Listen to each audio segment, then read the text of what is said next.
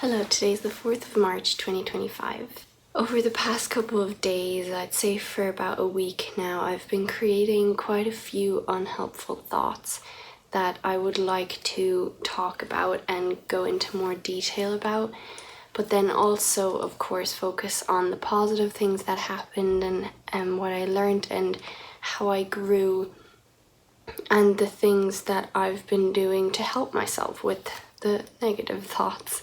It kind of all started when I was actually having a really good time and I was noticing myself really enjoying my time and how I was noticing how my confidence had actually grown a lot. So for example, I was singing karaoke with my sister Alana. I noticed how in the past, for example, I would have been way too shy and anxious. I would have self-doubted myself a lot because I knew I couldn't sing. So I was like, no, I'm not going to sing. That's too embarrassing. I'm not able to sing. But this time I was just like, it doesn't really matter if I can sing or not. The point is having fun and just enjoying it. So I had always seen that in a very black and white way. Like, you sing when you're able to and you don't sing when you're not able to, because otherwise it's embarrassing. That's the way I always thought about myself and in that area. But then I was like, no, I actually really want to sing because I love expressing emotion and just singing something out, like either joy or anger or fear or sadness or happiness, and it's such a beautiful way of expressing your feelings and how you're doing. And Mom and Dad were both in Spain and me and my sisters were here for 10 days by ourselves. So we did a few things which in the past I wouldn't have participated in. For example, the singing thing. Or we just drove into the village and just spent some time there, or in Wood Park, which is a place we can go for walks, and we just had a picnic there. Or we drove into the town that is next to us, half an hour away from us, and just spent some hours there and walked around, and we're at the harbor there and so on. And so we just kind of did things, and I was feeling what's the harm? Why not? We all want to do things and we can create lovely memories and we'll just have a nice time together. So I was like, why not? And I was really motivated to do things as well, which usually I'd be like, no, safety zone is home. Let's just stay home, make it cozy here, do something nice here. Let's just not go outside because we don't know what could happen there. And I'd always be afraid to meet other people that I knew, or even random people that would maybe talk to me or judge me, or I'd be scared of driving because something could happen and blah blah blah. But this time, even though I had a couple of those thoughts, it's they didn't actually affect me though, because I was like, no, I want to go and do things. I want to have fun. I want to create memories with my sisters. I want to do this. I was really motivated to do stuff. And honestly, music was a big part of these 10 days that we were together. We always listened to music in the car whenever we were in the car. We sang to songs at home, or we just put on music at home. And we got back into One Direction music, which we were into very much in 2020 or 2021. We were big fans of them. And now we've kind of gotten back into that, kind of listening to their songs and just really enjoying it. So I was having so much fun. And also the calls with my friend Mario in the evening time, I loved them, or I loved them, or yeah, I loved them so much, and really loved having a friend and always chatting with him and just being myself and having fun and laughing and joking and all that sort of stuff. And we really we just bonded so much, and we just love spending time together. We just love being with each other. Him, me, and Alana, we always call. Amy, of course, is allowed to be part of it, but she always kind of decides not to join. But yeah, me, Alana, and him have really built up a really special foundation for our friendship, and it's just so beautiful. So I was noticing myself actually thriving and having a lovely time. But then I started doubting if that's actually real or if I'm just trying to cover up the sadness that I actually feel within. So when I created those thoughts, that's honestly when I felt more and more down, and that's when it started to go more and more downhill for me, and I created a blip for myself. But I kind of believed those thoughts. I was like, yeah, maybe I am just, distracting myself by all the things that we're doing, distracting myself by driving, distracting myself by always playing music in the background instead of just being with myself, seeing how I'm doing, just handling that. So I was always like, okay, am I using these things and calling with Mario and stuff to distract myself from actually feeling sad?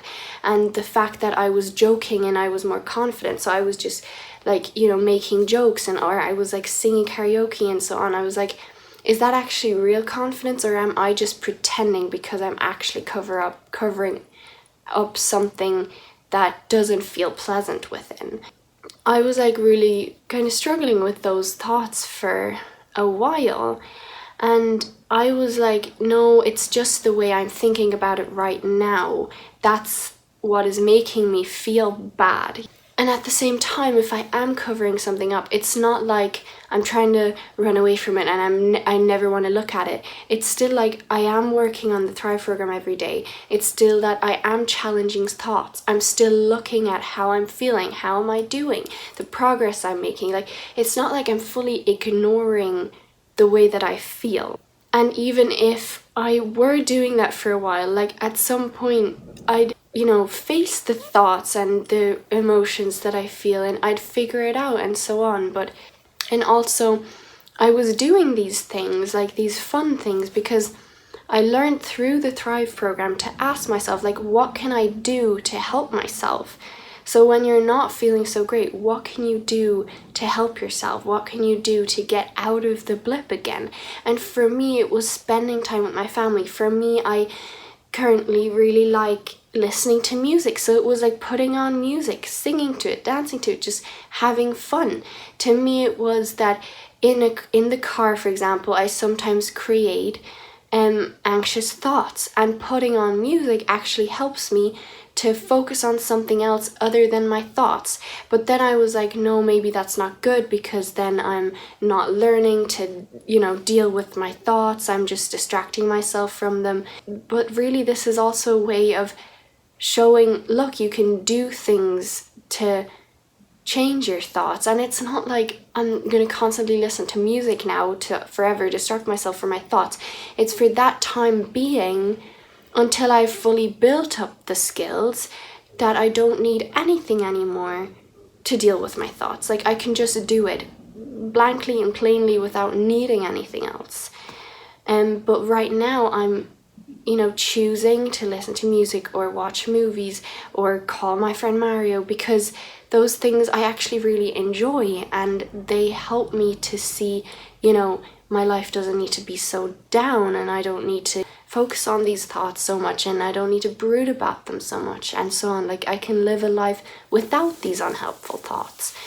But why it kind of also got to that is because, so my sister always removes her facial hair, and I have never done that, because my belief was always that if you change yourself on the outside because you have an insecurity on the inside, so for example, that you think, oh no, that's so embarrassing, I have facial hair, or I'm so ugly with facial hair. If you have that belief and you then change something on the outside, so you then get rid of it, I always believe that then you're not actually learning to deal with the insecurity. You're not actually learning to accept yourself, because you're just kind of getting rid of it. So you're kind of like cheating. So like, you're getting rid of it so that you then can accept yourself. But it's like you're not actually accepting who you naturally are. You're kind of changing yourself to be who you think you should be. So to me, I always was super, super strict on myself in those things, and with those, in that area, I was always so against, alcohol and drugs and smoking and stuff like that, because I was like, no, people are just hiding, they're just trying to get rid of their problems or hide away from their problems, or, you know, drink them down. So like they're trying to just cover them up and not actually dealing with it. But at the same time, I've been looking at it in a very black and white way. So I'm like, if you get rid of your facial hair, that means you're giving into your insecurities. You're not dealing with your insecurities. And if you just leave it there and deal with it and stick with it, then, you know, you're building up yourself to be stronger. So that was like a very, very black and white way of thinking it, instead of, and also a catastrophic way, because it's like, girl, it's facial hair. That's all it is. It's not like I'm getting plastic surgery everywhere in my body or getting Botox everywhere. It's not like because I got rid of my facial hair or I want to get rid of it, it doesn't mean I'm suddenly turning into someone who's like unrecognizable, someone who isn't me at all anymore, you know? Basically the plan was, or I thought about removing my facial hair, but I had these very back and forth, black and white thoughts in my mind.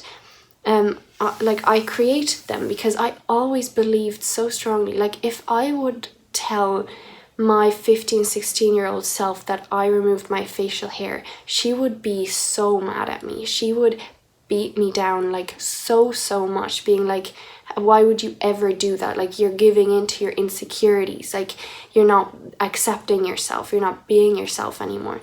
So I'm now like, wait, did I turn into someone I actually never wanted to be? But at the same time, look at how black and white that is. Just because I removed facial hair and maybe gave into one of my insecurities doesn't mean that I'm now super insecure and I'm never going to be able to deal with insecurities, and you know, I'm suddenly someone I don't recognize anymore, and now I'm going to end up getting Botox and, you know, changing who I am completely. So I look at that belief that I have, which has such a hold over my life and who I believe I am and what I should and shouldn't do and stuff. So that was honestly a challenging thing, even though it's such a minor little not important thing to get rid of your facial hair or not. But for me, it meant a lot because I always gave it so much importance. I always thought about it in such a black and white way, catastrophic way, always super strict on myself. That's why I don't wear any makeup either, and so on, like, because I'm like, no, if I were to wear makeup, it would be because I'm insecure. It's not just because, oh yeah, I want to wear a bit of makeup, I want to feel nice today and I want to just look nice. And no, for me it would be, look, I'm using makeup to cover up my insecurities. So that's why I don't wear makeup, because I don't want to give in to my insecurities. I want to learn to deal with them. And yeah, I guess that's a really black and white way of thinking about it, and I'm really strict on myself, and it's quite unhelpful, I guess, because it restricts me in many ways, and it doesn't feel nice, because then if I do remove my facial hair, my thoughts, you know, I beat myself up then, instead of just being like, okay, look, it's facial hair, and I was insecure about it and I got rid of it, and it's really not that big of a deal. Like, it's really just facial hair. It's not like I, you know, shaved off all my hair, for example. Like, that would be a step bigger. Or it's not like I got, you know, Botox everywhere in my face, like, you know. But I was blowing it up to be a big thing, and I was brooding about it because I was constantly thinking, you know, back and forth about everything. In the end, why I decided to do it was actually to prove to myself that just because I remove facial hair doesn't mean I'm giving into every single one of my insecurities. It doesn't mean I'm turning into someone that I don't recognize anymore. It just means I'm loosening up my black and white thinking. It means that I'm going to see who I am without facial hair. I'm going to see how I feel without facial hair. And honestly, I don't feel that much better. And I didn't think I would, but I was just like, okay, I want to remove it because I feel like then maybe when I look in the mirror, I'd beat myself up less, or I'd not focus on, you know, my mustache so often.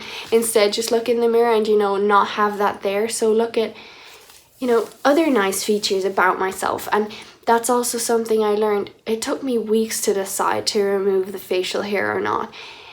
But something I also learned is then when I still had the mustache and I constantly kept, pointing it out to myself, constantly looked in the mirror, or when I was talking to people on FaceTime, I'd always try to move into the light in such a way that you couldn't see it, and so on. So, but I then practiced to look in the mirror and then, be like, okay, this is an insecurity of mine, but what about my face do I really like? So then I was like, I really like my eye color, for example, or I like the shape of my nose. Like, I pointed out things that I liked about myself, and then I looked at my overall face and I was like, does this facial hair make me ugly? Like, is that standing out so much that, like, overall I'm really ugly now and stuff? And no, absolutely not. And most people probably didn't even notice, or if they did notice, they'd not think about it for more than probably like 10 seconds, if even.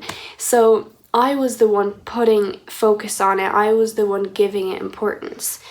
So yeah, and then I decided to just do it, and I did it, and I like the way I look without the facial hair. Like, I just like it. It's nice, and I'm not constantly focusing on it now. At the same time, my insecurity isn't less. I still have the same thoughts. I'm still like, as in, not in the sense that now I'm like on the phone with people and I'm like, oh, do they see my facial hair? Obviously those thoughts are gone, but the main thoughts of like, does this make me really insecure? Like, am I changing the way I am? Those main thoughts that were always there, they're still there because I need to work on them. So technically, facial hair or not is like such a tiny little bit, and I'm giving it importance. But at the same time, I'm still genuinely wondering, am I turning into someone I don't want to be, or that I never wanted to be? It's not like I'm just turning into someone and it's so sudden and like I have no control over it. I'm deciding to do things. I'm deciding to get rid of my facial hair. But I'm like, yeah, I am deciding to do that, but does that mean I'm losing control over myself, for example? Does that mean I'm not standing up for what I believe in anymore? Like, I'm, creating all those thoughts, which are not new. Like, I always had that. And I learned, how to ask myself, like, what can I do about this? Like, anyway, when I got rid of it, I had many thoughts that were, like, so proud of me. I was like, look, I'm showing myself, I'm not fully changing the way I am just because I'm getting rid of facial hair. I was proud of myself for having done it, because I used to always be so strict on myself. I wouldn't allow myself to do it. I'd be like, you're not allowed to. You have to deal with this. Instead, now I was like, it's not that big of a deal. So I loved seeing the changes in me and how I managed my black and white thinking and so on. But at the same time, there was also thoughts that were like, are you turning into someone you never actually wanted to be? And that's the main thought that kept tripping me up. So, for example, I went for walks, and what I like doing going for walks at the moment is putting on some music at the same time. And then I again asked myself, look, am I doing this to distract myself? Am I doing this because I'm not actually happy within myself, but I'm putting on music so that I feel happy? But am I like actually covering it up? I was like, to me, it's like, yeah, thriving means that, you can handle anything and you don't need anything else to make you happy. Although I still believe that, it's also a very catastrophizing way of thinking about it. Instead of being like, look, I'm listening to some music while I go for a walk because that helps me and I really enjoy it. Like, what's the harm in that? I really enjoy listening to music. So, and it's not like I'm pushing away and completely ignoring negative thoughts I have. I'm not. I'm working on them every single day. I'm noticing them. I'm challenging them. But at the same time, I'm asking, what can I do to help myself right now? And that's, for example, listening to music, because I really enjoy it and it always helps me to make myself feel a bit better. So, and I feel like there's no harm in that. Like, there's no harm in it. And this was the main thing I talked about with my coach. We had our last call a couple of days ago, and this topic was basically the duration of the call, which is like an hour or an hour and 15 minutes. And she, had a different opinion than me, and it was nice, like, kind of talking about it. She was basically saying things that I was really against all the time. Yeah, really, my whole life, and what I just talked about here as well. So she was like saying, I wear makeup because I like it, because I like, the way I feel when I wear makeup. But I'm like, yeah, but you're using something. I didn't say this to her exactly, but it's like, no, you're using something to make yourself feel better instead of creating that feeling yourself. So it's like you're kind of hiding behind makeup. You're kind of hiding behind alcohol, for example. Like, and yeah, I am really thinking about this in a black and white way, because, makeup, there's no harm in wearing a bit of makeup here and there, liking it, enjoying it, wearing it, because, it's nice sometimes. If you're unable to live without makeup, that's an addiction, basically. That's unhealthy. But if you like wearing it here and there, you wear a bit, maybe even every day, it's not like, oh my God, like, it's such a big deal.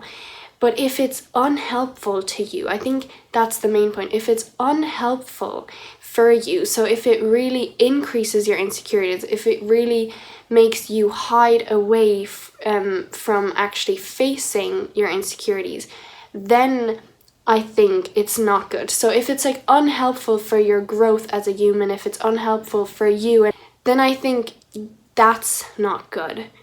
But yeah, I guess it's not that harmful if you just like it here and there, and you're not like, I need it, or I wouldn't be able to survive without it, or I have to put on some makeup before other people see me. And that that can all be worked on, thankfully. You can learn to deal with insecurities and not be insecure anymore. But basically the call, it made me create a lot of unhelpful thinking styles again that I used to always have. So when she said, like, yeah, I like wearing makeup, or it's okay, or whatever, I then was like, oh my God, like, does that really mean I could turn into someone I don't want to be? Like, does that really mean, because these things aren't actually a big deal, then I could, like, turn into someone I don't want to be? If you've watched me for a while, you know that my big obstacle, my big issue is the control issue, that I built up over myself, the control that I built up over myself through this uncomfortable feeling. So I made myself feel extremely uncomfortable so that I wouldn't fall in love with certain people, so that I would wear loose clothing and no one could look at my body, and I wouldn't show off my body, and I'd control myself to not think about people in a certain way, to not want certain things, to only want certain things. Apart from this uncomfortable feeling, I also control myself about, you're not supposed to wear any makeup, or don't get rid of your facial hair, or don't put any heat in your hair, like let it be natural, and so on. Like, I was always so strict on myself, because otherwise I'd be like, no, I'll turn into someone I can't recognize, or I don't want to be. Yeah, I always wanted to be someone who was good enough for my parents. So as a child, I always built up this control when I noticed, oh, my parents wouldn't be proud of me now, or my parents are against that, or it's something I did wrong in my parents' eyes. So I would always control myself so much to basically be perfect for my parents. And then I'd also believe it myself. I'd be like, yeah, this and this is unkind, and you shouldn't be this and this, you shouldn't do this and this. And so I'd control myself because I'd be like, no, I don't want to be that person. I don't want to be an unfriendly person. I don't want to be seen as someone who did something wrong. So I'd always try to do everything perfectly, you know, be the perfect person so that other people could see me as perfect and I myself, you know, felt perfect and felt good. Instead of just being like, you know, everyone makes mistakes and it's all a journey about learning who you want to be. And you know, it's not really about like, oh, you are this certain person. It's you choose who you want to be. It's in your control. And the fact that I even built up the control to control myself, to not fall in love with certain people, for example, it shows me that really it is all in my control. Like, I get to choose who I want to be. It's just I felt like I was powerless. I felt like I didn't have a choice. So that's why I made this really uncomfortable feeling so that it would definitely control me. To wear loose clothing, to never look at people, to never let anyone look at me, to not fall in love with people and so on, to not date, and to always be focused on myself and deal with insecurities before I start dating, for example, or whatever. Yeah, and something I really learned over the past few days as well is how the uncomfortable feeling, for example, it didn't just arise and it didn't just happen and then all my unhelpful thinking styles came along. It's not like the uncomfortable feeling was there first and then I catastrophized and then I had black and white thinking and then, you know, I needed myself to be perfect, so I created perfectionism. No, it was because of my beliefs, because of my perfectionism beliefs. I need to live up to the standards of my parents, for example, or I want to, or, you know, my belief that wearing makeup or drinking alcohol, you know, makes you hide and means you're insecure and so on. Those sort of beliefs create the uncomfortable feeling. It's like those beliefs that you have create OCD. The beliefs you have create emetophobia. It's not the other way around. So changing the beliefs, challenging the beliefs, gets rid of emetophobia, gets rid of the uncomfortable feeling. Yeah, and I asked myself as well, like, is it helpful for me to believe that hiding behind makeup makes you insecure? Like, is that actually helpful for my life? For me to believe? Does that make me more myself? And Lisa was like, what makes you you is when you express and you do what you want to do and you feel like is you, you know? So yeah, I can kind of see that certain people who wear a lot of makeup, for example, they're expressing that, you know, that's them and that's, I guess, who they want to be, maybe. Or maybe it shows that, yeah, they're very insecure people, so it shows that they're insecure, but all of that can be changed as well. And then once they change their insecurities and still decide to wear makeup, then it's like they don't need the makeup anymore, they just choose to wear it. But I'm like, well, if you're not insecure anymore, I think you wouldn't wear makeup anymore. Because I'm like, why would you wear makeup then? A lot of people would say now, yeah, because you just feel pretty, it just looks pretty. But I'm like, if you weren't insecure, then you'd feel pretty even without makeup. You wouldn't even think about wearing makeup, I think. Like, I don't know, and maybe, yeah, it's just fun as well. So some people would be like, yeah, it's fun.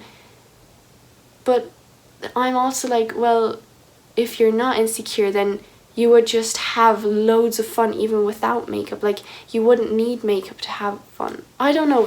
I know I'm thinking about it in a black and white way, and I guess not very helpful way, because it's restricting me and it doesn't feel great. But yeah, I'm learning.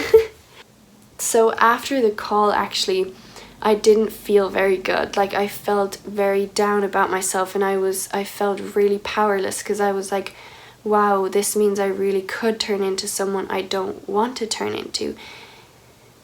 And I was like, I almost wanted to give up on the Thrive program, because I'm noticing, you know, I'm doing certain changes which I would have never done in the past. And in the past, you know, for example, removing the facial hair, I did it because I noticed I was thinking about it in black and white way and it's not that big of a deal. So I was kind of learning through the Thrive program not to look at it in such a strict way. But then I was like, oh, now I'm someone that a couple of years ago I would have hated, or I would have put myself down so much. And you know, I'm like, yeah, that version of me maybe wasn't right, and it wasn't helpful for her to think that way. But at the same time, I'm like, I always believed so strongly that she was right, and I still feel like she is right to a certain extent. But maybe that's not the only way of learning how to deal with insecurities, and maybe it's okay if you remove your facial hair because you're a bit insecure, and now you just like yourself more. But it's not that you really like yourself more, it's now that you don't have these stupid thoughts anymore.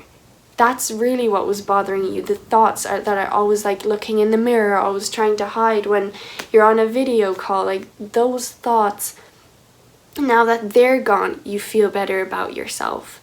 You can get rid of them without removing facial hair, for example, as well. So I don't know.